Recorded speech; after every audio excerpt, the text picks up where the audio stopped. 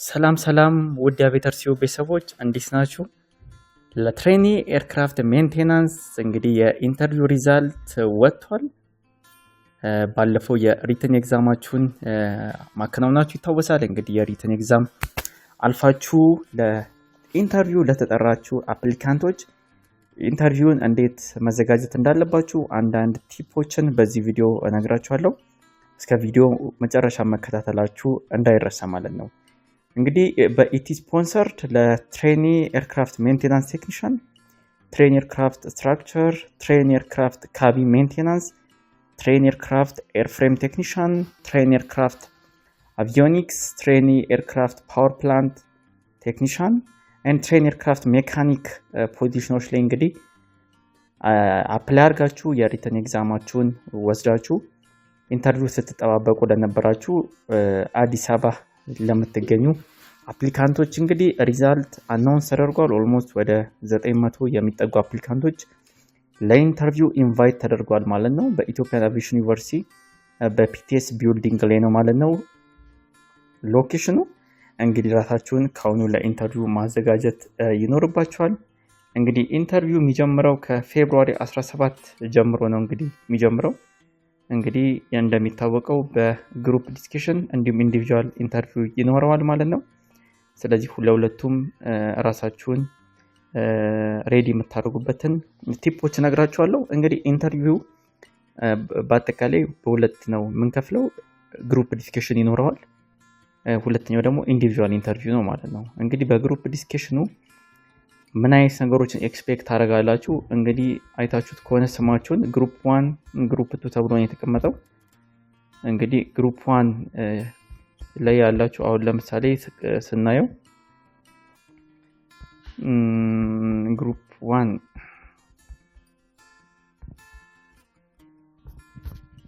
የተወሰኑ ልጆች አላችሁ። ስለዚህ በግሩፓችሁ ነው የምትሆኑት። 10 አፕሊካንቶች አንድ ላይ ይገባሉ። እነዛ 10ሩ ሁለት ቦታ ትከፈሉና 5 ትሆኑና ነው ግሩፕ ዲስከሽኑ የሚከናወነው። ግሩፕ ዲስከሽኑ ላይ አንድ ቶፒክ ይሰጣቸዋል። አንድ አከራካሪ ይሆናል ተብሎ የሚታሰብ ቶፒክ ይሰጣቸዋል። ለምሳሌ ሶሻል ሚዲያ ጥቅም አለው የለውም የሚል አይነት ቶፒክ አንዱ ግሩፕ ሶሻል ሚዲያ ጥቅም አለው ይላል፣ አንዱ ደግሞ ጥቅም የለውም ይልና የራሱን ሐሳብ ነው ማለት ነው ራይዝ የሚያደርገው። በመጀመሪያ ከ5 እስከ 10 ደቂቃ ይሰጣችኋል። በዛ ደቂቃ መሃል የራሳችሁን ሐሳብ ወረቀት ላይ ትጽፋላችሁ። ከዛ የጻፋችሁትን ሐሳብ እንግዲህ እንደ ግሩፕ ሆናችሁ ነው እንደ ግሩፕ ሆናችሁ ዲስከስ ስታደርጉ ሁሉም የየራሱን ሐሳብ ይጽፋል። ከዛ አንድ ላይ ዲስከስ ታደርጋላችሁ ማለት ነው። በዛ መሃል የምታሳዩት ሊደርሺፕ፣ እንደ ግሩፕ የምታሳዩት አቲቲዩድ፣ የምታወሩበት ማነር ኤቭሪቲንግ እንግዲህ እዛ ጋር ኤግዛማይነሮቹ እናንተ ላይ ፎከስ አድርገው ስለሚያዩ የምታደርጉት እንቅስቃሴ በአጠቃላይ ቫልዩ ይኖረዋል ማለት ነው። ስለዚህ በዛች ደቂቃ የራሳችሁን ፖይንት ጽፋላችሁ። ከዛ በተሰጣችሁ ደቂቃ 2 ደቂቃ ባልበለጠ የጻፋችሁትን ነገር ለማብራራት ትሞክራላችሁ ማለት ነው። ለቲም ሜምበራችሁ ክሬዲት መስጠት እከሌ እንዳለው የቲም ሜምበር እንደ ቲም ዲስከስ እንዳደረግ ነው የሚል ወርዶችን መጠቀም እንደ አሪፍ ቲፕ ነው መመክራችሁ። በጣም አሪፍ ነው፣ ፖይንት ያስይዛል። የቲም ወርክ በቲም ወርክ የምታምን አይነት ሰው እንደሆንክ የሚያሳይ ስለሆነ ሞር እንደ ቲም ሀሳቦቻችሁን እንደ ቲም ዲስከስ ያደረጋችሁት እንደሆነ እንዲሁም የቲም ሜምበሮቻችሁን ሪኮግናይዝ ማድረጉ እጅግ በጣም ጥሩ አድቫንቴጅ ይሰጣችኋል።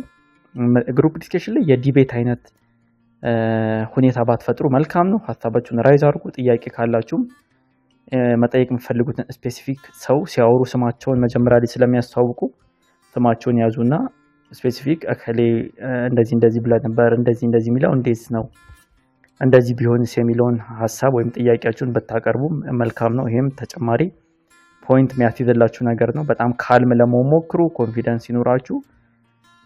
እንዲሁም በተቻላችሁ አቅም የእንግሊሽ ፕሮፊሸንሲያችሁም ጥሩ እንዲሆን ኤክስፔክት ይደረጋል። መጀመሪያ ላይ ያላነሳሁት ከግሩሚንግ ጋር ከአለባበስ ጋር ያሉ ነገሮችን እንግዲህ ልንገራችሁ። አለባበስ ለግሩፕ ዲስከሽን እንዲሁም ለኢንዲቪጁዋል ኢንተርቪው ሙሉ ሱፍ ከነከረባት ቢሆን ሪኮመንድ ይደረጋል።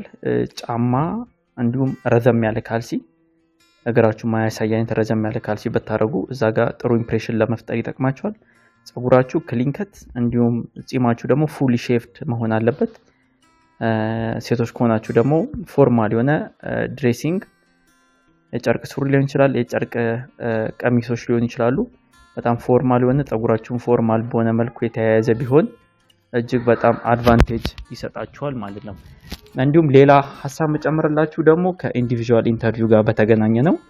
ኢንዲቪዥዋል ኢንተርቪው ላይ ደግሞ ምን አይነት ነገር ኤክስፔክት ታደርጋላችሁ? ያው መጀመሪያ ግሩፕ ዲስከሽኑን ካከናወናችሁ በኋላ ወይ በቀጣይ ቀን ወይ በዛው ዕለት ሊከናወን ይችላል። ሞር ኦፍ አዲስ አበባ ትንሽ አፕሊካንቶች በዛ ስለምትሉ በቀጣይ ቀን የመሆን እድል ይኖረዋል።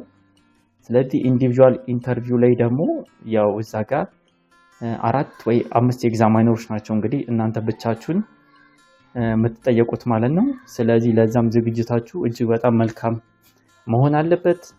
ኮመንሊ ኢንተርቪው ላይ የሚጠየቁ ሀሳቦች አሉ። መጀመሪያ ላይ በጣም መዘጋጀት ያለባችሁ ቴል አባውት ዩርሰልፍ የሚል ኮመንሊ ለሁሉ የሚጠየቅ ስለራሳችሁ ግለጹ የሚለው ሀሳብ አለ። ሞር ኦፍ ባክግራውንዳችሁ ኤዱኬሽናል ባክግራውንዳችሁ ላይ ፋሚሊዎቻችሁ የት እንደሆኑ ከየት እንደመጣችሁ የሚገልጹ ነገሮችን ብታነሱ ጥሩ ነው። በተቻለ አቅም እናንተን እዛ ጋር ራሳችሁን እያስተዋወቃችሁ ስለሆነ ስለእናንተ ኢምፕረስ ያደርጋል ብላችሁ የምታስቧቸውን ነገሮች ብታወሩ በጣም መልካም ነው። ስለ ሆቢያችሁ፣ ስለ የእናንተ ታለንት ወይ ኢንተረስት የሆነ ኤሪያ ላይም ብታወሩ በጣም አሪፍ ነው። ምክንያቱም ቀጣይ የሚጠይቋቸው ጥያቄዎች እነዛ ኤሪያ ላይ ትኩረት አድርገው ነው። ካውንተር ኩዌስችኖቹ እናንተ ካወራችሁት በተለይ ቴል አባውት ዩርሰልፍ ላይ መታነሷቸው ሀሳቦች ላይ ዲፔንድ ሆነው ነው ቀጣይ ጥያቄዎች ራይዝ የሚደረጉት። ስለዚህ እሱን እንግዲህ ጥንቃቄ አድርጉበት። ስለ ራሳችሁ ሲገልጹ በጣም ኮር የሆኑ ፖይንቶች በደንብ የምታውቋቸው መልሰው ካውንተር አድርገው ቢጠይቋችሁ መመለስ የምትችሏቸው ጥያቄዎች ቢሆኑ መልካም ነው። ሌላ ሊጠይቁ የሚችሉ ጥያቄዎች ስለ ዊክነሳችሁ እና ስለ ስትሬንግዛችሁ ጥያቄዎች ልትጠይቁ ትችላላችሁ። ዊክነሳችሁን ስትገልጹ ዊክነስ መሻሻል የሚችሉ ዊክነሶች ቢሆኑ መልካም ነው። እንደዚህ አይነት ዊክነስ አለብኝ ግን ይሄን በማድረግ መሻሻል የሚችል ነው ብላችሁ መግለጽ የምትችሉት አይነት መሆን አለበት። ስለዚህ ስትሬንግዝ ኤንድ ዊክነስ ላይም በዚህ መልኩ ጥንቃቄ አድርጉ። ሌላ ስለ ኢትዮጵያን ኤርላይንስ ቤዚክ የሆኑ ነገሮችን ስለ ሲኦ ማን ነው፣ መች ተመሰረተ፣ የመጀመሪያው ሲኦ ማን ነበር የሚሉ ጀነራል ስለ ካምፓኒው የሚገልጹ ሀሳቦች ላይም ትኩረት አድርጉ። የተወሰነ ሪቪው አድርጉ ዌብሳይቱ ላይ በመግባት አንዳንድ ነገሮችን ለማወቅ ብትሞክሩ እጅግ በጣም አድቫንቴጅ ይሰጣቸዋል ማለት ነው። አመሰግናለሁ። መልካም ውጤት። ቻው።